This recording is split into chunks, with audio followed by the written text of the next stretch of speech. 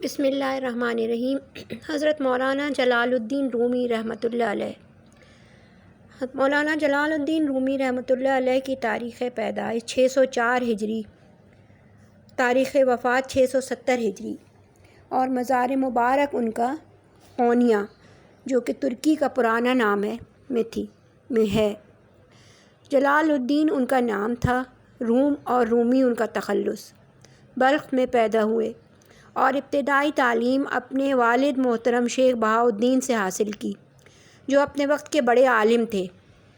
مشہور بزرگ حضرت شمس تبریز سے ملاقات ہوئی تو مولانا کی زندگی ہی بدل گئی۔ بسم اللہ الرحمن الرحیم۔ اولیاء کرام کے سلسلے کی اگلی قسط پہ آگے بڑھنے سے پہلے چینل سبسکرائب کر لیں، بیل آئیکن کو پریس کر لیں۔ اب ہم آگے بڑھتے ہیں۔ حضرت مولانا جلال الدین رومی رحمۃ اللہ علیہ۔ مولانا جلال الدین رومی رحمۃ اللہ علیہ کی تاریخ پیدائش 604 ہجری ہے اور تاریخ وفات 670 ہجری۔ ان کا مزار مبارک قونیہ، جو کہ ترکی کا پرانا نام ہے۔ جلال الدین ان کا نام تھا، روم اور رومی تخلص۔ بلخ میں پیدا ہوئے اور ابتدائی تعلیم اپنے والد محترم شیخ بہاؤالدین سے حاصل کی، جو اپنے وقت کے بڑے عالم تھے۔ مشہور بزرگ حضرت شمس تبریز رحمۃ اللہ علیہ سے جب ملاقات ہوئی تو مولانا کی زندگی ہی بدل گئی۔ مثنوی مولانا روم کو دنیا کے ادب عالیہ میں ایک منفرد مقام حاصل ہے۔ شاعری کی کسی کتاب کو اس قدر احترام کی نظروں سے نہیں دیکھا جاتا جتنا مثنوی مولانا روم کو دیکھا جاتا ہے، جن کی دعاؤں کے سبب قونیہ کا شہر ہلاکو خان کے فتنے سے محفوظ رہا۔ وہ درویش مولانا جلال الدین رومی تھے۔ ان لوگ جب ہلاکو خان اور اس کی فوجوں نے شہر قونیہ کے اوپر حملہ کیا اور اس کے بعد ان کا رخ نیشا پور کی طرف تھا اور وہاں انہوں نے دھڑا دھڑ لوگوں کو مارنا شروع کیا۔ شیخ فرید الدین عطار جیسے بزرگ کو بھی شہید کر دیا۔ حضرت شیخ نجم الدین قبری نے بھی جام شہادت پی لیا۔ یہ دراصل اللہ کا قہر تھا۔ یہ اللہ کا قہر ہی تو تھا کہ ہلاکو خان رات کے اندھیروں میں شمشیر بکف آگے بڑھ رہا تھا اور عظیم الشان اسلامی سلطنت کے نگہبان ہاتھوں میں چنگ و رباب لیے ہوئے جھوم رہے تھے۔ پھر ہر طرف فتنہ و فساد کی آگ بھڑک اٹھی۔ سنگ سرخ سے بنے ہوئے سر بفلک محلات میں آگ لگی ہوئی تھی اور علم و حکمت کے ذخیرے سوکھی لکڑیوں کی طرح جل رہے تھے۔ شاندار تہذیب و تمدن کے تمام آثار وحشیوں کے نیزوں کی زد پر تھے۔ ہلاکو خان کے سامنے عالمانہ تقریریں کرنے والے تو بے شمار تھے، مگر وہ تلوار کے سوا کوئی زبان نہیں سمجھتا تھا۔ اس فتنہ عظیم کو صرف جرأت و شجاعت کے ہتھیاروں سے روکا جا سکتا تھا، مگر مسلمان بہت پہلے ان ہتھیاروں کو زنگ آلود سمجھ کر اپنے اسلحہ خانوں میں دفن کر چکے تھے۔ اس لیے چنگیز خان کا سفاک پوتا مسلمانوں کے سروں کے مینار بنا رہا تھا اور اہل بغداد ایک درندے سے تہذیب و شائستگی کی زبان میں رحم و کرم کی بھیک مانگ رہے تھے۔ اس کے بعد ہلاکو خان کا رخ نیشا پور کی طرف ہوا۔ یہاں بھی موت کی سرخ آندھی نے تباہی مچا دی۔ علم و حکمت کے کیسے کیسے تناور درخت جڑوں سے اکھڑ گئے۔ جن لوگوں نے کچھ دن پہلے بغداد کی شاہراہوں پر ایک مجذوب کو چیختے ہوئے دیکھا تھا، آج انہیں اس پاگل کی باتیں یاد آ رہی تھیں، مگر وقت گزر چکا تھا۔ خون کا سیلاب راستہ بناتا ہوا مسلمانوں کے سرسبز و شاداب علاقوں سے گزر رہا تھا۔ اب ہلاکو خان کے لہو آشام لشکر کا رخ شام کے شہر قونیہ کی جانب تھا۔ اس لشکر کی سالاری بیجو خان کو سونپی گئی۔ بیجو خان نے اپنی فوجیں شہر کے چاروں طرف پھیلا دیں اور قونیہ کا مکمل محاصرہ کر لیا۔ چند روز تک تو اہل شہر کو خوف اور دہشت کے سوا کسی تکلیف کا احساس نہیں ہوا، مگر جب محاصرے نے طول پکڑا تو قونیہ کے باشندوں کا سامان رسد بند ہو گیا، جس سے ہر طرف بدحواسی پھیل گئی۔ اہل شہر میں مشورے ہونے لگے۔ کسی نے کہا بیجو خان سے مصالحت کی بات کی جائے اور اس کے مطالبات مان کر اس عذاب سے نجات دی جائے۔ دوسرے نے کہا ہلاکو خان مسلمانوں کے خون کا پیاسا ہے، وہ علی اعلان خود کو خدا کا قہر کہتا ہے، اس کے نزدیک امن و عافیت جیسے الفاظ کوئی مفہوم نہیں رکھتے۔ پھر کیا ہوگا؟ ہر زبان پر ایک ہی سوال تھا۔ آخر جب تمام ذہن سوچتے سوچتے مفلوج ہو گئے تو امیروں کی محفل میں ایک پریشان حال شخص داخل ہوا۔ اس مفلس انسان کو دیکھ کر دولت مندوں کی پیشانیوں پر بل پڑ گئے، مگر وہ لوگوں کے احساسات سے بے نیاز اندر چلا آیا اور بدمستوں کے درمیان کھڑے ہو کر باروب لہجے میں کہنے لگا، لوگوں تمہیں کیا ہو گیا ہے کہ تم اپنے ایک ہم مذہب کو دیکھ کر بدحواس ہو گئے ہو؟ میں تم سے بھیک مانگنے نہیں آیا ہوں کہ مجھے دیکھ کر تمہارے چہروں پر نفرت برسنے لگی ہے۔ اسی تنگ دلی اور بے ضمیری نے تو تمہیں یہ خوفناک دن دکھائے ہیں۔ تم اپنے عشرت قدوں میں شراب سرخ سے دل بہلاتے رہے اور مخلوق خدا اپنے خون میں نہاتی رہی۔ اب دولت کے یہ ذخیرے لے کر کہاں جاؤ گے؟ زمین تم پر تنگ ہو چکی ہے اور آسمان بہت دور ہے۔ یہ کہہ کر وہ اجنبی کچھ دیر کے لیے خاموش ہو گیا۔ پوری محفل پر سکوت مرگ طاری تھا۔ میں تمہیں صرف یہ بتانے کے لیے آیا ہوں کہ اس قہر آسمانی کا بس ایک ہی علاج ہے۔ اجنبی نے کچھ دیر خاموش رہنے کے بعد کہا، ہاں ہاں ہمیں بتاؤ۔ تمام عمرہ بیک زبان چیخے، ہم اپنا سب کچھ لوٹا دیں گے، خدا کے لیے ہمیں اس اذیتناک صورتحال سے نجات دلاؤ۔ ہم گزرنے والے ہر لمحے کے ساتھ مرتے ہیں اور پھر جی اٹھتے ہیں۔ ہلاک و خان کی دہشت ہمیں وقت سے پہلے مار ڈالے گی۔ سب کے سب گداگروں کی طرح چیخ رہے تھے۔ اس درویش کے پاس جاؤ جو تمہارے عشرت قدوں پر تھوک کر اپنی خانگاہ میں گوشہ نشین ہو گیا ہے، اجنبی نے نہایت تلخ لہجے میں کہا۔ اس کے ایک ایک لفظ سے اہل محفل کے لیے شدید نفرت کا اظہار ہو رہا تھا۔ وہ تمہاری دولت کا محتاج نہیں ہے، وہ تو خود بادشاہ ہے، ایسا شہنشاہ جس کے سامنے ہلاکوں کے سپاہی بھی حقیر کیڑوں سے زیادہ اہمیت نہیں رکھتے۔ اس کے پاس جاؤ، اگر وہ دعا کے لیے ہاتھ اٹھا دے تو ممکن ہے کہ تمہارے سروں پر آگ کے شعلوں کے بجائے رحمت برس جائے۔ اللہ اس کی بہت سنتا ہے۔ اجنبی اس کی باتیں سن کر بدحواسی کے عالم میں اٹھ کھڑے ہوئے اور اسی وقت اس درویش کے آستانے پر حاضر ہونا چاہتے تھے۔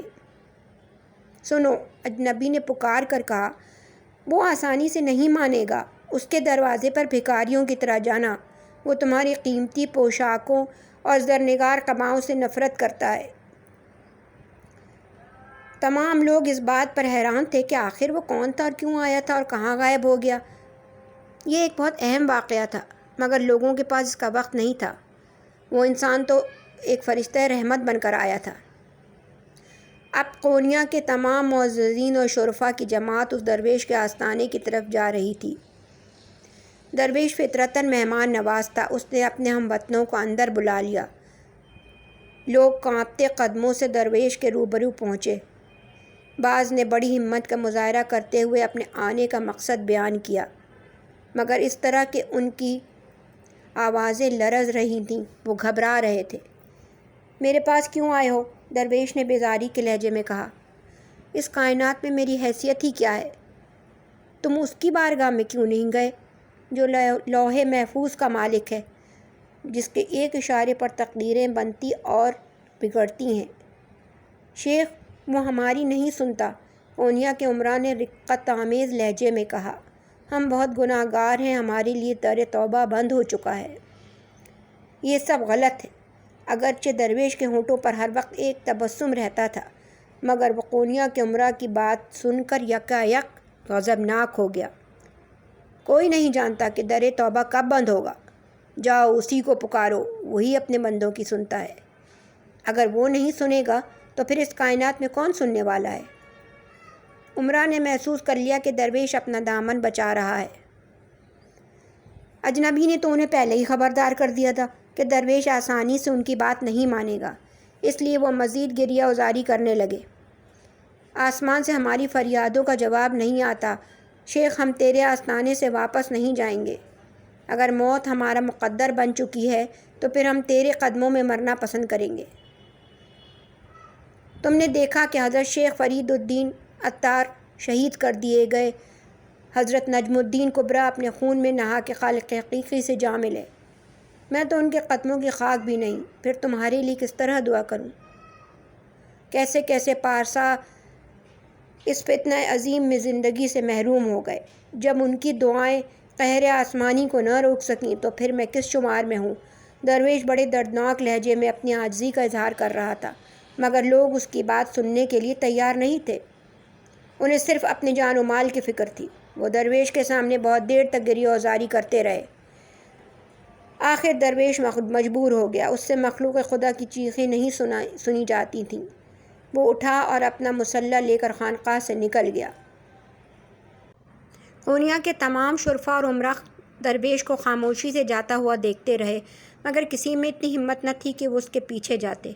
اس کے چند خادم بس بے قرار ہو کر اپنے مخدوم کے پیچھے بھاگے، لیکن وہ چلتا ہی چلا جا رہا تھا اور چلتے چلتے شہر کی حدود سے باہر نکل آیا۔ یکایک مڑا اور ان لوگوں سے سخت لہجے میں بولا، تم لوگ اپنے گھروں کو واپس جاؤ، کیا یہ کوئی تماشا ہو رہا ہے؟ قہر آسمانی سے خدا کی پناہ مانگو۔ یہ کہہ کر آگے بڑھ گئے۔ اس کا انجانہ سفر دوبارہ شروع ہو چکا تھا۔ ساتھ جانے والے اسی مقام پر رک گئے جہاں اس نے ٹھہر جانے کا حکم دیا تھا۔ آخر وہ درویش چلتے چلتے ایک بلند ٹیلے پر چڑھنے لگا جہاں پر منگول لشکر موجود تھا۔ بیجو خان اور اس کے منگول سپاہی دور دور تک بکھرے ہوئے تھے اور نگاہوں کے سامنے اس کا خیمہ تھا جو دوسرے خیموں سے بھی زیادہ بڑا نظر آ رہا تھا۔ درویش نے اس ٹیلے پر مسلح بچھا دیا، ایک لمحے کو آسمان کو دیکھا اور نماز کی نیت باندھ لی۔ ابھی چند ساعتیں بھی نہیں گزری تھیں کہ کسی کی نظر درویش پر پڑی، پھر دیکھتے ہی دیکھتے سینکڑوں منگول سپاہی ٹیلے کی طرف متوجہ ہو گئے جہاں ایک مسلمان اپنے اللہ کی عبادت میں مشغول تھا۔ دشمن فوجی اس کی عبادت کا مفہوم تو نہیں سمجھ سکے، مگر انہیں خیال ہوا کہ وہ کوئی مسلمان جاسوس ہے جو بیجو خان کے لشکر کی مخبری کرنے آیا ہے۔ یہاں ایک عجیب بات ہوئی، منگول سپاہیوں میں ہلچل مچ گئی۔ سب نے اپنی کمانیں اتار لیں، وقت رفتاری کے ساتھ تیر چڑھائے، پوری قوت کا مظاہرہ کیا، مگر ایک کمان بھی نہ کھنچ سکی۔ تنگ آ کر کچھ سپاہیوں نے اپنے گھوڑوں کو استعمال کرنا چاہا کہ ٹیلے پر پہنچ کر مسلمان درویش کو تلواروں سے قتل کر ڈالیں، مگر ان منگول سپاہیوں کی بے چارگی اس وقت قابل دید تھی کہ جب ان کے گھوڑے اپنی جگہ سے ہل تک نہ سکے۔ تاتاریوں نے بے زبان جانوروں کو پیٹنا شروع کر دیا۔ بہت کوشش کے باوجود وہ ایک تیر نہ چلا سکے، نہ کوئی تلوار اٹھا سکے، نہ ہی وہ گھوڑے وہاں تک پہنچ سکے، بلکہ وہ اپنی جگہ تک ہل تک نہ سکے، اپنی جگہ پر ہی جمے کھڑے رہے۔ یہ عجیب سا شور سن کر بیجو خان اپنے خیمے سے باہر نکل آیا اور سپاہیوں سے اس ہنگامے کا سبب دریافت کیا جہاں درویش اب بھی اپنے خدا کے آگے ہاتھ باندھے کھڑا تھا۔ یہ کیسی دیوانگی کی باتیں ہیں؟ کیا ایسا بھی ہو سکتا ہے کہ کوئی ذی ہوش انسان تمہاری احمقانہ گفتگو پر یقین کرے کہ تم یہ سب کچھ کرو اور تم سے ایک تیر یا ایک کمان نہ چلائی جا سکے، نہ گھوڑے تم اس کے اوپر چڑھا سکو؟ آخر بیجو خان نے اپنی کمان کھینچی اور تیر چلا دیا، لیکن سب دیکھنے والے یہ سمجھ رہے تھے کہ بس اب چند ساتھ کی دیر ہے کہ مسلمان جاسوس کی لاش ٹیلے کی بلندی سے زمین کی پستیوں میں چلی جائے گی اور اس کی لاش گری پڑی ہوگی، مگر ایسا نہیں ہوا۔ اس کا تیر درویش کے قریب سے نکل گیا۔ منگول سپہ سالار کا چہرہ احساس ندامت سے زرد ہو گیا۔ وہ نشانہ چوک جانے پر ناقابل بیان اذیت میں مبتلا تھا۔ اس نے کئی کوششیں کیں، کئی بار کمان کو کھینچا، لیکن ہر بار نشانہ خطا ہو جاتا، یہاں تک کہ اس کے ٹوٹ جانے کا خطرہ پیدا ہو گیا، مگر ہر بار یہی ہوا اور ایک بار بھی تیر درویش کے جسم کو نہ چھو سکا۔ انتہائی طیش کے عالم میں بیجو خان نے کمان اٹھا کر سپاہی کے سر پر دے ماری، غضبناک ہو کر آگے بڑھا، مگر اچانک منگول سپہ سالار کو محسوس ہوا جیسے زمین نے اس کے پاؤں پکڑ لیے۔ وہ بہت دیر تک ہوا میں اپنی شمشیر لہراتا رہا، ہاتھ گردش کرتے رہے، مگر ٹانگیں پتھر کی ہو گئیں۔ آخر وہ اپنی بے بسی پر رو پڑا۔ اس نے گھبرا کر سپاہیوں کی طرف دیکھا، سب کے سب سر جھکائے کھڑے تھے۔ اے جادوگر، ہمیں معاف کر دے! اچانک بیجو خان کی تیز آواز فضا میں گونجی، ہم قونیہ کا محاصرہ ختم کر کے واپس جا رہے ہیں۔ اے عظیم ساحر، ہمیں جانے دیں، ہم غلطی سے تیرے علاقے میں آ گئے تھے۔ ہماری بھول کو درگزر کر، بے شک تو اس مملکت کا شہنشاہ ہے، ہمیں اجازت دے کہ ہم اپنے گھروں کو واپس لوٹ جائیں۔ ابھی بھی بیجو خان کے الفاظ کی گونج باقی تھی کہ یکایک اس کے پیروں میں خون کی گردش بحال ہو گئی اور وہ حرکت کرنے کے قابل ہو گیا تو سر جھکائے خیمے میں واپس آ گیا۔ اس کے بعد اپنے سپاہیوں کو اس نے حکم دیا، اپنی تلوار نیچے کر لی اور اس کے بعد ایک نامعلوم علاقے کی طرف روانہ ہو گیا۔ اب شہر قونیہ کے باشندے خوش تھے، بہت خوش تھے۔ ایک درویش کی دعاؤں کے سبب ان کے سروں سے آسمانی عذاب ٹل گیا تھا۔ درویش جب اپنی خانقاہ کی طرف آیا تو انسانی ہجوم نے اسے گھیر لیا۔ لوگ اپنی عقیدت کا اظہار کرنے کے لیے اس کو بوسہ دینا چاہتے تھے، مگر وہ بیزار تھا۔ اس نے تلخ لہجے میں کہا، اگر آج نافرمانوں کی جماعت قہر خداوندی سے بچ گئی تو کل خیر نہیں۔ اس سے پہلے کہ دردناک عذاب تمہیں آ لے، اپنے گناہوں سے توبہ کر لو۔ بے خبروں کے لیے وقت کا ہر لمحہ رہزن ہے۔ اپنے ایمان کی حفاظت کرو، ورنہ وقت کے بے رحم قزاق تمہارا سب سے قیمتی سرمایہ لوٹ کر لے جائیں گے۔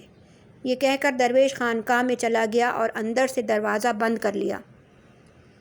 مریدوں اور خدمت گزاروں نے سنا وہ اپنے رب کے حضور ہچکیوں سے رو رہا تھا، اے عزیز و جلیل، تو نے دنیا کے سامنے میری شرم رکھ لی، ورنہ یہ گناہگار تو رسوا ہو چلا تھا۔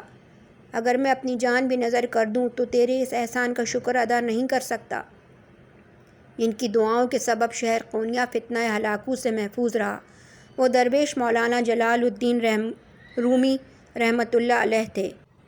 مولانا روم کا خاندانی نام محمد تھا، جلال الدین لقب اور عرفیت مولائے روم۔ مولانا روم کا سلسلہ نسب خلیفہ اول حضرت ابو بکر صدیق رضی اللہ تعالیٰ عنہ تک براہ راست پہنچتا ہے۔ مولانا روم کے پردادا حضرت حسین بلخی رحمۃ اللہ علیہ بہت بڑے صوفی اور صاحب کمال بزرگ تھے۔ امرائے وقت ان کا بہت احترام کرتے تھے، یہاں تک کہ خوارزم شاہ جیسے باجبروت حکمران نے اپنی بیٹی کی شادی مولانا روم کے دادا سے کر دی تھی۔ علم و فضل کے ساتھ اس خاندان کو دنیاوی عزت و توقیر بھی حاصل تھی۔ مولانا جلال الدین رومی کے والد کا نام شیخ بہاؤالدین تھا۔ ان کے مریدوں میں سید برہان الدین ایک نامور عالم تھے، اس لیے مولانا روم کی تربیت کی ذمہ داری سید برہان الدین کے سپرد کی گئی۔ مولانا روم نے اکثر ظاہری علوم انہی بزرگ سے حاصل کیے۔ تقریباً 19 سال کی عمر میں مولانا روم اپنے والد محترم کے ساتھ قونیہ تشریف لے آئے۔ کچھ دن بعد آپ والد کے سائے سے محروم ہو گئے۔ شفیق و مہربان باپ سے دائمی جدائی ایک بڑا جاگداز سانحہ تھا، مگر اللہ نے مولانا روم کو صبر و ضبط کا کمال حوصلہ عطا فرمایا۔ آپ نے اس غم سے نجات پانے کے لیے خود کو کتابوں میں گم کر دیا۔ پھر 629 ہجری میں جب مولانا روم کی عمر 25 سال تھی، آپ نے مزید تحصیل علم کے لیے شام کا رخ کیا، جہاں آپ 7 سال تک مقیم رہے اور مسلسل اپنے علم میں اضافہ کرتے رہے۔ پھر قونیہ واپس آ گئے۔ ساتھ ہی ان دنوں آپ کے استاد معظم سید برہان الدین بھی تشریف لے آئے۔ پھر مولانا روم کا امتحان لیا گیا۔ سید صاحب کو یقین ہو گیا کہ ان کا شاگرد ظاہری علوم کی تکمیل کر چکا ہے، تو پھر ایک دن فرمایا، مخدوم زادے، اب وقت آ گیا ہے کہ میں تمہارے والد کی امانت تمہیں لوٹا دوں۔ اس کے بعد سید برہان الدین نے آپ کو اپنا مرید کیا اور تقریباً 9 سال تک روحانی تعلیم دیتے رہے۔ سید برہان الدین ایک باہوش بزرگ اور بنیادی طور پر ایک عالم و فاضل شخص تھے، اس لیے طویل تربیت کے بعد بھی مولانا روم کی زندگی پر عقل کا رنگ غالب رہا۔ دراصل سید صاحب یہی چاہتے تھے اور وہ اپنی کوششوں میں کامیاب بھی رہے۔ مولانا جلال الدین رومی رحمۃ اللہ علیہ فطری طور پر ذہین ترین شخص تھے۔ والد محترم کی تعلیم و تربیت اور پھر سید برہان الدین کی خصوصی توجہ نے مولانا کو درجہ کمال تک پہنچا دیا تھا۔ اب آپ کا یہ عالم تھا کہ کسی علمی تقریب میں خطاب کرنے کھڑے ہو جاتے تو لوگ پتھر کی طرح ساکت و جامد ہو جاتے اور مولانا کی تقریر اس طرح سنتے کہ انہیں اپنے گرد و پیش کی خبر نہ رہتی۔ مولانا روم کی اعلیٰ ظرفی کا عظیم الشان مظاہرہ یہ تھا کہ بے شمار لوگوں کو آپ کا عقیدت مند بنا دیا تھا۔ مولانا رومی کی ظاہری تعلیم و تربیت کے تمام مراحل طے ہو چکے تھے۔ آپ کی شہرت و محبوبیت میں بھی مسلسل اضافہ ہو رہا تھا۔ عوامی حلقوں سے لے کر امرائے وقت تک آپ کا بے حد احترام کرتے تھے، لیکن اس کے باوجود مولانا روم کو اپنی زندگی میں خلا، ایک کمی سی محسوس ہوتی تھی۔ اکثر تنہائی میں ایک سرد آہ آپ کے ہونٹوں سے نکل جاتی۔ کبھی کبھی دوستوں کی محفل میں بھی آپ اپنی محرومی کا اظہار فرماتے، میں آج بھی پیاسا ہوں اور پتہ نہیں کب تک میری یہ پیاس برقرار رہے گی۔ بے تکلف دوست مفہوم پوچھتے تو آپ خود بھی فرماتے میں خود بھی نہیں جانتا کہ کیسی پیاس ہے، بس یوں محسوس ہوتا ہے کہ جیسے میری روح تشنا ہے۔ مولانا جلال الدین رومی کا کتب خانہ نادر و نایاب تصنیفات کی موجودگی کے سبب پورے ملک میں ایک خاص اہمیت رکھتا تھا۔ ایک دن مولانا روم اسی کتب خانے میں اپنے شاگردوں کو درس دے رہے تھے کہ ایک اجنبی شخص اجازت کے بغیر اندر چلا آیا، لیکن آپ نے برا مانے بغیر اس کو اپنے کتب خانے میں آنے دیا۔ وہ آتے ہی اس نے اہل مجلس کو سلام کیا اور صفوں سے گزرتا ہوا مولانا رومی کے قریب جا کر بیٹھ گیا۔ اگرچہ ان کے شاگردوں کو بھی یہ بے تکلفانہ دستک ناگوار گزری تھی، مگر وہ استاد کے احترام میں خاموش رہے۔ ان سب کا بس چلتا تو وہ اس کو باہر نکال دیتے یا پچھلی قطار میں بیٹھنے پر مجبور کر دیتے۔ مولانا روم کا درس جاری رہا اور اس دوران حاضرین نے محسوس کیا کہ اجنبی شخص کو درس سے کوئی دلچسپی نہ تھی۔ وہ بار بار قیمتی کتابوں کے ذخیرے کو دیکھ رہا تھا اور بار بار اس سے برداشت نہیں ہو رہا تھا تو وہ بار بار پوچھ رہا تھا مولانا یہ کیا ہے؟ مولانا کا چہرہ متغیر ہو گیا اور اجنبی کی اس جاہلانہ مداخلت سے بہت اذیت پہنچی، مگر انہوں نے اپنے جذبات پر قابو پا لیا اور کہا ذرا صبر کرو، میں اپنا کام مکمل کر لوں تو پھر تمہارے سوال کا جواب دوں گا۔ اجنبی نے پھر کوئی سوال نہیں کیا مگر بدستور کتب خانے کا جائزہ لیتا رہا۔ آخر درس ختم ہوا تو مولانا روم نے اجنبی سے پوچھا آپ کون ہیں اور یہاں کس لیے تشریف لائے ہیں؟ مولانا آپ میرے بارے میں دریافت نہ کریں کہ میں کون ہوں، بس مجھے میرے سوال کا جواب دیجیے۔ اجنبی کا سوال محمل تھا لیکن مولانا روم کا لہجہ ترخ ہو گیا۔ کیا تمہاری بینائی کمزور ہے؟ ہرگز نہیں، اجنبی نے بے نیازی کے ساتھ جواب دیا، میں تو بہت دور تک دیکھ سکتا ہوں۔ پھر تمہیں نظر نہیں آتا کہ یہ کیا ہے؟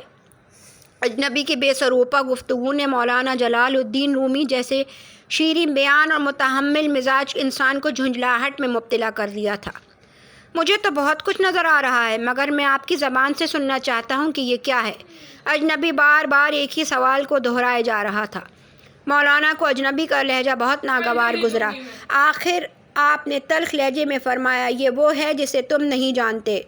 مولانا کا جواب سن کر اجنبی کھڑا ہو گیا۔ اس نے کتابوں کی طرف اشارہ کیا اور ایک ایک لفظ پر زور دیتے ہوئے بولا اچھا یہ وہ ہے جسے میں نہیں جانتا۔ ابھی فضا میں اجنبی کے الفاظ کی گونج باقی تھی کہ یکایک کتب خانے میں آگ بھڑک اٹھی اور مولانا روم کی نادر و نایاب کتابیں جلنے لگیں۔ یہ سب کچھ اس قدر ناقابل بیان تھا کہ مولانا جلال الدین رومی دم بخود رہ گئے۔ اجنبی بے نیازانہ آگے بڑھا۔ مولانا روم نے پکار کر کہا اے شخص یہ کیا ہے؟ مولانا نے آگ کے بھڑکتے ہوئے شعلوں کی طرف اشارہ کیا۔ اجنبی مسکرایا۔ مولانا یہ وہ ہے جسے آپ نہیں جانتے۔ اتنا کہہ کر اجنبی واپس جانے لگا۔ مولانا روم کے ہونٹوں سے ایک سرد آہ نکلی، ہائے میری نادر و نایاب کتابیں، اے شخص تیری وجہ سے سب کچھ راکھ ہو گیا۔ اجنبی جاتے جاتے رک گیا اور پھر مڑ کر مولانا روم سے مخاطب ہوا، اگر یہ سب کچھ میری وجہ سے ہوا ہے تو پھر میں تمہیں تمہاری کتابیں واپس کرتا ہوں۔ یہ کہہ کر اس نے ہاتھ کا اشارہ کیا اور حاضرین نے دیکھا کہ بھڑکتے ہوئے شعلے بجھ گئے اور مولانا کے کتب خانے میں آگ کا نام و نشان تک نہ تھا۔ اس کے بعد اجنبی کچھ کہے بغیر تیزی کے ساتھ چلا گیا۔ مولانا روم پر ایک بار پھر حیرت طاری ہو گئی۔ آپ کچھ دیر تک سکتے کے عالم میں کھڑے رہے اور آہستہ آہستہ کتابوں کی طرف بڑھے۔